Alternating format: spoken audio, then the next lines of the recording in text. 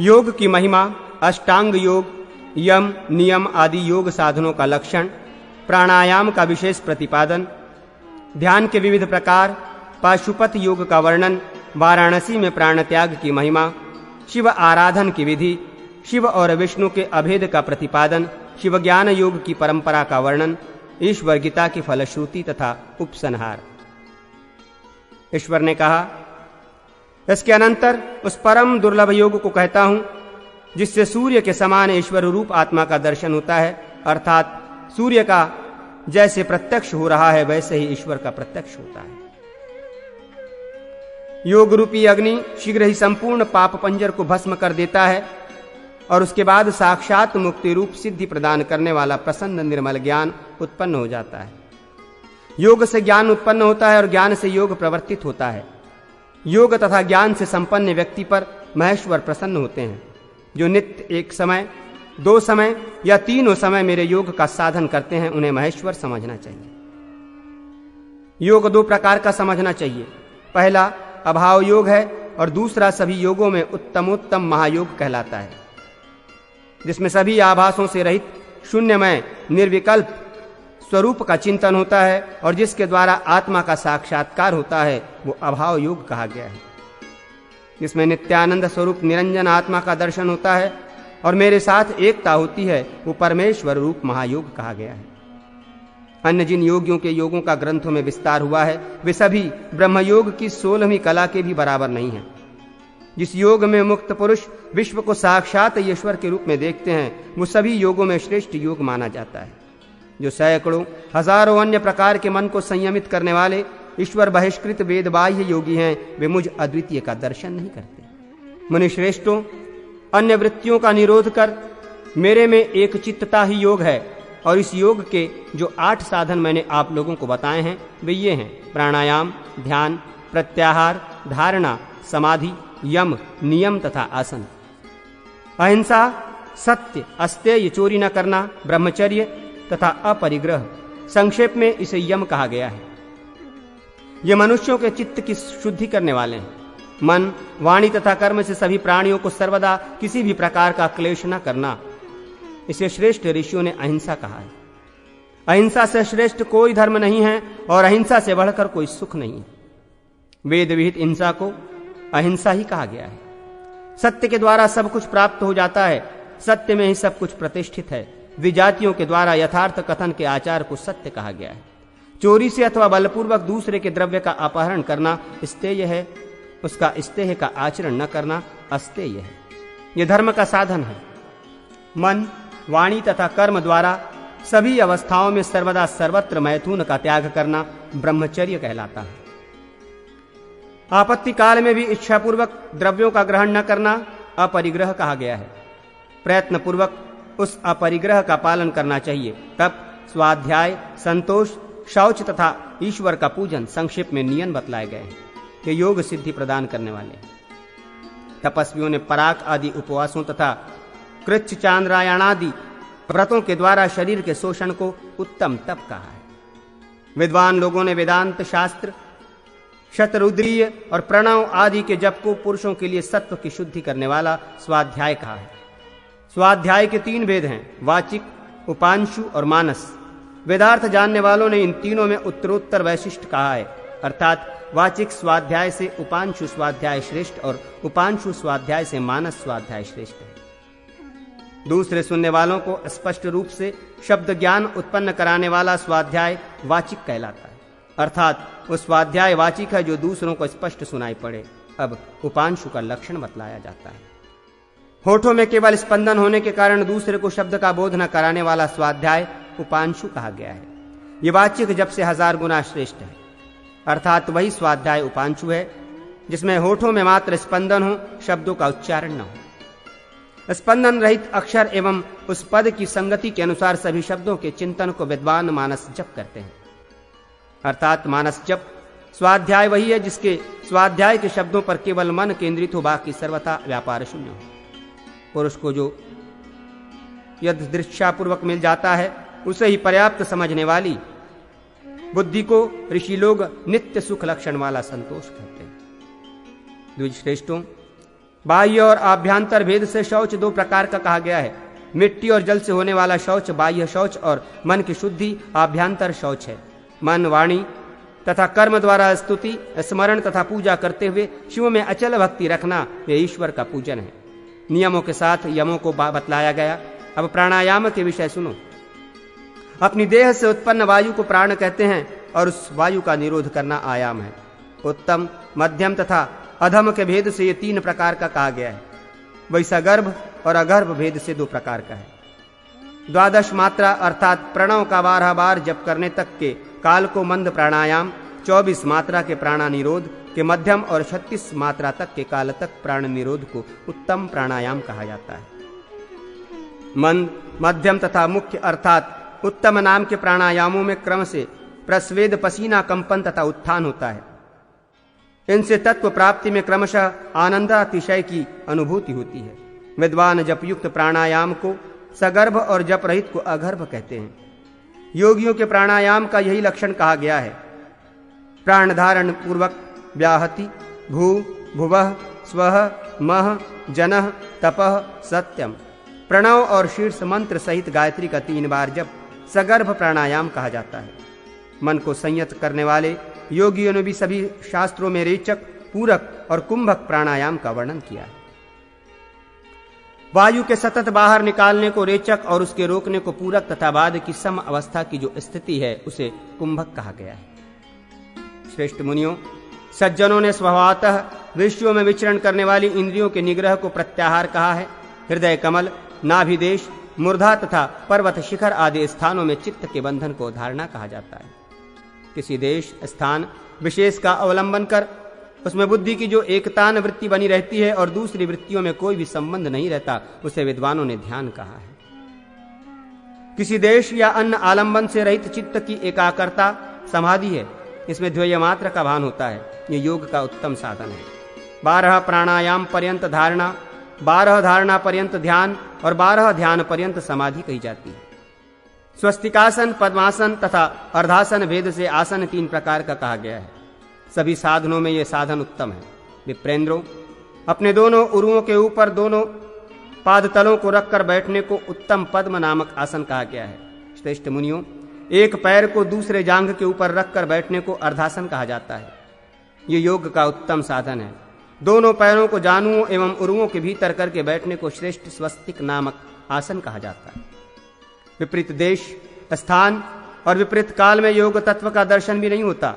अग्नि के समीप, जल में, सूखे पत्तों के ढेर मध्य, जंतुओं से भरे स्थान में, शमशान में, पुराने गोष्ठ में, चौराहे में, कोलाहल और भययुक्त स्थान में, चैत्य के समीप, दीमकों से पूर्ण स्थान, अशुभ स्थान, दुर्जनों से व्याप्त और मच्छर आदि से भरे स्थान तथा देह संबंधी कष्ट और मन की अस्वस्थता की दशा में योग साधना नहीं करनी चाहिए। अच्छी प्रकार रक्षित शुभ स्थान, पर्वत की गुफा, नदी के किनारे, पुण्य देश, देव मंदिर, घर, शुभ, रमणीय, जनशून्य, जंतुओं से रहित स्थानों में योग को सतत अपने को मेरे परायण रखते हुए योग साधना करनी चाहिए।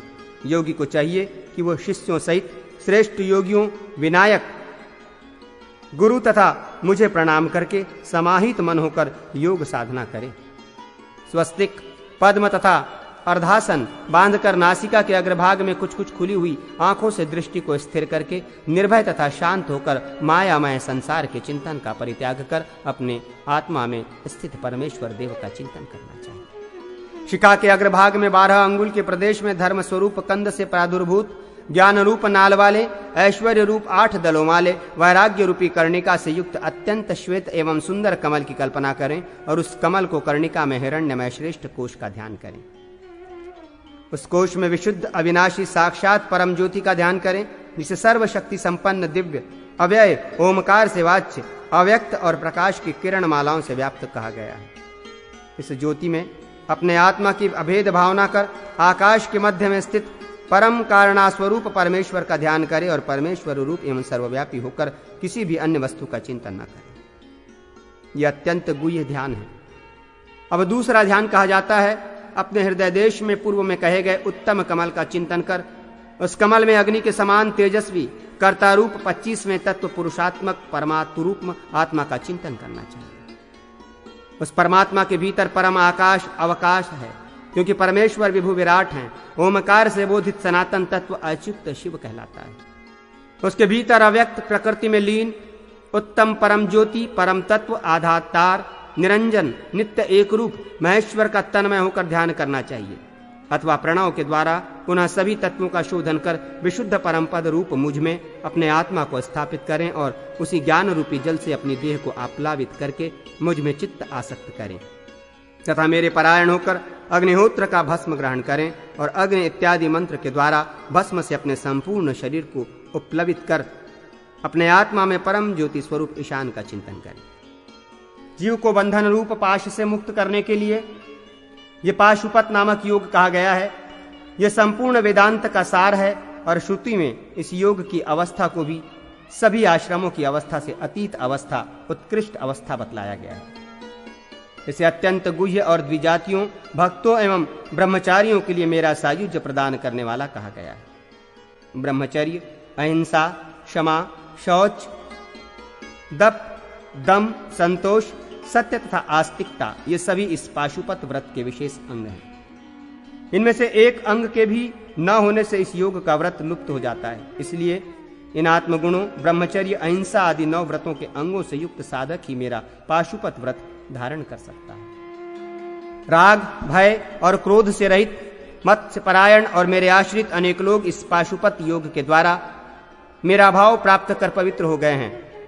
जो जिस प्रकार मेरे पास आते हैं मैं भी उसी प्रकार उन्हें स्वीकार करता हूँ। इसीलिए ज्ञान योग के द्वारा मुझे परमेश्वर की आराधना करनी चाहिए, अथवा भक्ति योग परम वैराग्य एवं ज्ञान युक्त चित्त के द्वारा पवित्रता पूर्वक सदा मेरा पूजन करना चाहिए। सभी कर्मों का परित्याग कर भिक्षा का अन्न ग्रहण करते हुए अन्य कुछ भी संग्रह न करते हुए साधना करने वाला साधक मेरा सायुज्य नामक मोक्ष प्राप्त करता है। यह मैंने गुह्य बात बतलाई। जो सभी प्राणियों से द्वेष न करने वाला, मित्रता करने वाला, करुणायुक्त, ममता रहित और अहंकार से रहित है, वो मेरा भक्त मुझे प्रिय है। जो संतुष्ट रहने वाला, निरंतर योग साधना करने वाला, संयमित चित्त, दृढ़ निश्चयी और मुझ में मन तथा बुद्धि अर्पण करने वाला है, वो मेरा भक्त मुझे प्रिय है। जिससे किसी भी प्राणी को उद्वेग प्राप्त नहीं होता और किसी भी प्राणी से जो उद्विग्न नहीं होता, जो हर्ष अमर्ष और भय से होने वाले उद्वेगों से रहित है, वो मुझे प्रिय है। जो किसी भी प्रकार की अपेक्षा न रखने वाला, पवित्र कुशल, वेद शास्त्र निषिद्ध त्याग में सावधान, पक्षपात से शत्रु मित्र भाव से रहित, दुख से आक्रांत होने पर भी व्यथा का अनुभव न करने वाला और सभी प्रकार के आरंभों का परित्याग करने वाला, वो भक्ति युक्त पुरुष मेरा प्रिय है। जो निंदा एवं स्तुति को समान समझने वाला, मननशील, जिस किसी भी पदार्थ से संतुष्ट रहने वाला, ग्रह से ग्रहासक्ति से रहित है, वो स्थिर बुद्धि वाला मेरा भक्त मुझे प्राप्त करता है। मुझ में परायण रहने वाला, सभी कर्मों में सदा करते रहते हुए भी मेरी कृपा से शाश्वत परम पद प्राप्त करता है। चित्त से सभी कर्मों को मुझ में अर्पित कर मत्स्य परायण होते हुए आशा एवं ममता की आसक्ति से रहित होकर एकमात्र मेरी ही शरण ग्रहण करना चाहिए। कर्म फल की आसक्ति का सर्वथा परित्याग कर नित्य संतृप्त और अन्य आश्रय रहित एकमात्र परमेश्वर को ही आश्रय समझने वाला व्यक्ति कर्मों से प्रवृत्त होते हुए भी उन कर्मों के द्वारा बंधन में नहीं पड़ता। आशा रहित संयमित चित्त वाला, सब प्रकार के परिग्रहों संचयों का परित्याग कर केवल शरीर रक्षा के निमित्त कर्म करते हुए भी व्यक्ति उस पद मोक्ष को प्राप्त कर लेता है। अनायास जो उपलब्ध हो उसी में संतुष्ट रहने वाले और सभी प्रकार के सुख दुखादि द्वंद्वों से रहित रहने वाले पुरुष के द्वारा केवल मेरी प्रसन्नता के लिए किए गए कर्म संसार रूपी बंधन का विनाश करने वाले हैं। मुझ में मन लगाने वाला, मुझे नमस्कार करने वाला, मेरा पूजन करने वाला और मुझे ही अपना परम अयन आश्रय समझने वाला योगी मुझ योग ईश परमेश्वर को जानकर मुझे प्राप्त कर लेता है। मुझ में बुद्धि रखने वाले साधक सतत परस्पर मेरा बोध करते हुए और नित्य मेरा वर्णन करते हुए मेरा सायुज्य प्राप्त करते हैं। इस प्रकार नित्य योग युक्त पुरुष की माया अज्ञान से उत्पन्न तथा उनसे भी उत्पन्न कर्म रूप समस्त अंधकार का प्रकाशमान ज्ञान रूपी दीपक के द्वारा भी मैं नाश कर देता हूँ। मुझ में बुद्धि लगाने वाले जो मनुष्य सतत मेरी पूजा करते हैं, उन नित्य योग युक्त पुरुषों के योग क्षेम में मैं निर्वाह करता हूँ।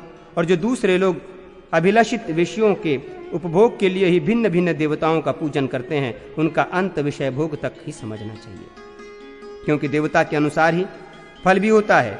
जो दूसरे देवों के भक्त हैं वे यदि मेरी भावना से युक्त होकर दूसरे देवताओं की पूजा करते हैं, अर्थात दूसरे देवों में मेरी भी भावना करते हैं, वे भी मुझ में भावना करने के कारण मुक्त हो जाते हैं। अतएव समस्त अनीश्वर देवताओं का परित्याग कर जो मुझ ईश का ही आश्रय ग्रहण करता है वो परम पद को प्राप्त करता है। पुत्र, स्त्री, ग्रह आदि में आसक्ति का परित्याग कर और शोक रहित होकर तथा अपरिग्रही होकर विरक्त पुरुष को मृत्यु पर्यंत शिवलिंग में परमेश्वर की आराधना करनी चाहिए। जो संपूर्ण भोगों का परित्याग कर सर्वदा लिंग का पूजन करते रहते हैं, उन्हें मैं एक जन्म में ही परम ऐश्वर पद मोक्ष प्रदान करता हूं। परम आनंद स्वरूप, अद्वितीय, सद्रूप, निरंजन, ज्ञानात्मक और सर्वत्र व्याप्त शिवलिंग योगियों के हृदय में प्रदेश में अवस्थित रहता है। नियम पूर्वक भक्ति करने वाले दूसरे लोग विधि पूर्वक जहां कहीं भी शिवलिंग की भावना करते हुए उस महेश्वर लिंग की अर्चना करते हैं। जल में, अग्नि के मध्य में, आकाश में, सूर्य में, रत्न आदि में अथवा अन्यत्र कहीं भी ईश की भावना करके लिंग रूप ईश्वर की आराधना करनी चाहिए। ये सब कुछ लिंगमय हैं और सब कुछ लिंग में प्रतिष्ठित है। अतएव जहां कहीं भी लिंग रूप में शाश्वत ईश का अर्चन करना चाहिए।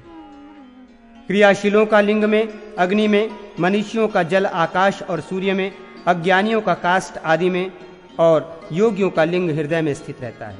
यदि ब्रह्मा विज्ञान उत्पन्न न हुआ हो तो विरक्त होकर द्विज को अत्यंत प्रीति से ब्रह्मा के प्रणव रूपी शरीर का याविजन जप करते हुए रहना चाहिए, अथवा एकाकी एवं संयत चित्त वाले द्विज को मरण पर्यंत शत्रुद्रीय का जप करना चाहिए।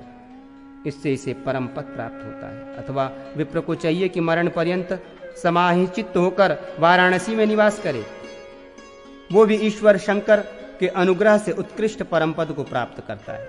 वहां वाराणसी में सभी प्राणियों को उसके प्राण निकलते समय भगवान शंकर उस परम ज्ञान को प्रदान करते हैं, जिससे वे पुनर्जन्म के बंधन से मुक्त हो जाते हैं।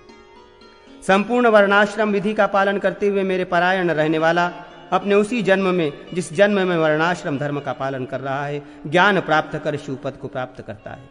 द्विजों, नीच अथवा पाप योनि वाले भी जो प्राणी वहां वाराणसी में निवास करते हैं, वे सभी ईश्वर शंकर के अनुग्रह से संसार को पार कर लेते हैं, किंतु जो पापाक्रांत चित्त वाले हैं उन्हें बहुत विघ्न होते हैं।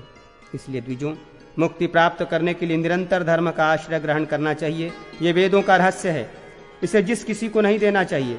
धार्मिक तथा ब्रह्मचारी भक्ति को भी प्रदान करना चाहिए। व्यास जी बोले, इस प्रकार उत्तम आत्मयोग का वर्णन करके भगवान शंकर वहीं बैठे हुए प्रसन्न चित्त नारायण से कहा, मैंने ब्रह्मवादियों के कल्याणार्थ इस ज्ञान को कहा है, आप इस कल्याणकारी ज्ञान को शांत चित्त शिष्यों को प्रदान करें। अजन्मा भगवान शंकर ने ऐसा कहने के उपरांत श्रेष्ठ योगियों से कहा, द्विजोत्तमों, सभी द्विजाति भक्तों के कल्याण के लिए आप लोग भी मेरे कहने से सभी भक्त शिष्यों को मेरे ज्ञान का विधि पूर्वक उपदेश करें। जो ये नारायण है वो मैं ईश्वर ही हूं, इसमें संदेह नहीं। जो हम दोनों में कोई भेद नहीं देखता, उसी को वो परम ज्ञान देना चाहिए। नारायण नाम वाली तथा शांत अक्षर संज्ञक मेरी ये परम मूर्ति सभी प्राणियों के हृदय में स्थित है। लोक में जो भेद दृष्टि वाले लोग इसके विपरीत समझते हैं, वे मेरा दर्शन नहीं करते हैं और बार बार संसार में जन्म लेते हैं। जो इन अव्यक्त विष्णु अथवा मुझ देव महेश्वर को एक ही भाव से देखते हैं, उनका पुनर्जन्म नहीं होता। इसलिए अनादि निधन आदि और अंत से रहित आत्मरूप अव्यय विष्णु मुझ में ही समझो और फिर वैसे ही पूजा भी करो। जो लोग इस विष्णु को दूसरा देवता मानकर मुझे दूसरा देवता समझकर देखते हैं, वे घोर नरकों में जाते हैं। मैं उनमें स्थित नहीं रहता हूँ। मूर्ख हो, पंडित हो, ब्राह्मण हो अथवा चांडाल हो, मेरे आश्रित रहने वाले प्रत्येक को मैं मुक्त कर देता हूँ, किंतु जो नारायण की निंदा करने वाला है मैं उसे मुक्त नहीं करता। इसलिए मेरे भक्त मुझ में प्रीति उत्पन्न करने के लिए इन महायोगी पुरुषोत्तम की अर्चना अवश्य करें, इन्हें नमस्कार अवश्य करें। ऐसा कहकर पिनाक धारण करने वाले भगवान शंकर वासुदेव का आलिंगन करके उन सभी के देखते देखते अंतर्निहित हो गए। भगवान नारायण ने भी सभी पारमार्थिक विग्रह का त्याग कर उत्तम तपस्वी का वेश धारण किया और सभी योगियों से कहा, आप लोगों ने परम श्रेष्ठ महेश्वर की कृपा से संसार बंधन को नष्ट करने वाला उन्हीं साक्षात महेश का निर्मल ज्ञान प्राप्त किया है। इसलिए मुनीश्वरों, विगत जरवर होकर आप सभी जाएं और धार्मिक शिष्यों में परम श्रेष्ठ के ज्ञान को प्रवर्तित करें। इस ईश्वर संबंधी विशिष्ट ज्ञान को विशेष रूप से शांत भक्त, धार्मिक और अग्निहोत्री ब्राह्मण को देना चाहिए। ऐसा कहकर योगियों में परम श्रेष्ठ वे महायोगी विश्वात्मा नारायण स्वयं अंतर्निहित हो गए। वे मुनिगण सभी देवों के आदि देवेश्वर महेश्वर को और भूतादि समस्त प्रपंच के मूल कारण नारायण को नमस्कार कर अपने स्थानों की ओर चले गए। महामुनि भगवान सनत कुमार ने सन्मर्थ को ईश्वरीय ज्ञान शिव ज्ञान का उपदेश प्रदान किया। उन्होंने भी योग ज्ञान सत्यव्रत को दिया। योगींद्र सनंदन ने महर्षि पुलह को और प्रजापति पुलह ने गौतम को ईश्वरीय ज्ञान प्रदान किया। अंगिरा ने वेदों के ज्ञाता भरद्वाज को और कपिल ने जैगिशव्य तथा पंचशिख को वो ज्ञान दिया। सभी तत्वों के दृष्टा मेरे पिता पराशर ने भी वो परम ज्ञान सनक से प्राप्त किया और उसने वाल्मीकि से प्राप्त किया। प्राचीन काल में अर्धनारीश्वर भगवान शंकर के अंश से उत्पन्न महायोगी वामदेव जी ने मुझसे कहा, जो साक्षात पिनाकधारी रुद्र स्वरूप है। देवकी के पुत्र हरि भगवान नारायण ने भी स्वयं साक्षात अर्जुन को यह उत्तम ज्ञान प्रदान किया। जब मैंने वामदेव रुद्र से इस श्रेष्ठ ज्ञान को प्राप्त किया, तभी से मेरी गिरीश में विशेष भक्ति हो गई। मैंने शरणागतों के रक्षक, शरण, प्राणिमात्र के आश्रय, भूतों के इष्ट, गिरीश, स्थाणु, देवाधिदेव त्रिशूली रुद्र की विशेष रूप से शरण ग्रहण की है। पत्नी तथा पुत्रों के साथ आप सब लोग भी उस गोवृषवाहक कल्याणकारी भगवान शंभु की शरण में जाएं। उनकी कृपा से कर्मयोग के द्वारा व्यवहार करें और विभूति भूषण गोपति, इंद्रियों के पति महादेव शंकर की पूजा करें। ऐसा कहे जाने पर शौनक आदि महर्षियों ने पुनः शाश्वत स्थाणु सनातन महेश्वर एवं सत्यवती के पुत्र व्यास को प्रणाम किया और प्रसन्न मन होकर वे सभी लोगों के महेश्वर साक्षात ऋषिकेश प्रभु कृष्ण द्वैपायन व्यास से कहने लगे, भगवान, आप ही की कृपा से शरणागतों की रक्षा करने वाले गुरु विश्वध्वज भगवान शंकर की ये अविचल भक्ति हमें प्राप्त हो गई है, जो देवताओं को भी दुर्लभ है। मुनि श्रेष्ठ, आप श्रेष्ठ कर्मयोग हमें बतलाएं, जिसके द्वारा मोक्षार्थी लोग इस भगवान ईश की आराधना करते हैं। आप वेद व्यास की सन्निधि में ही श्री सूत भगवान महेश्वर के वचनों को सुन लें, जो वचन समस्त लोगों के रक्षक हैं और जिनसे समस्त धर्मों का संग्रह हुआ है, अतः इनका वर्णन करें। इसके अतिरिक्त आप वो भी बताएं जो पूर्व काल में अमृत मंथन के समय इंद्र के द्वारा तथा मुनियों के द्वारा पूछे जाने पर कूर्म रूपी देवाधिदेव श्री विष्णु ने कहा था। आप उसी कर्मयोग का वर्णन करें। इस प्रकार मुनियों ने जो कहा उसे सुनकर सत्यवती के पुत्र कृष्ण द्वैपायन व्यास जी ने समाहित होकर मुनियों को सनातन कर्मयोग बतलाया। श्री सनत कुमार आदि प्रमुख मुनियों एवं भगवान कृतिवासा शंकर के मध्य संपन्न इस संवाद को जो नित्य पढ़ता है वो सभी पापों से मुक्त हो जाता है, अथवा जो ब्रह्मचर्य परायण विशुद्ध द्विजों को इस संवाद को सुनाता है या जो इस संवाद के अर्थ का अनुसंधान करता है वो परम गति को प्राप्त करता है। जो दृढ़ वृत्ति भक्ति संपन्न होकर इस संवाद को नित्य सुनता है वो सभी पापों से मुक्त होते हुए ब्रह्मलोक में प्रतिष्ठा प्राप्त करता है। इसीलिए विद्वानों को सभी प्रयत्नों के द्वारा नित्य इसका पठन, श्रवण एवं विशेष रूप से ब्राह्मणों को इसका सदा मनन करना चाहिए।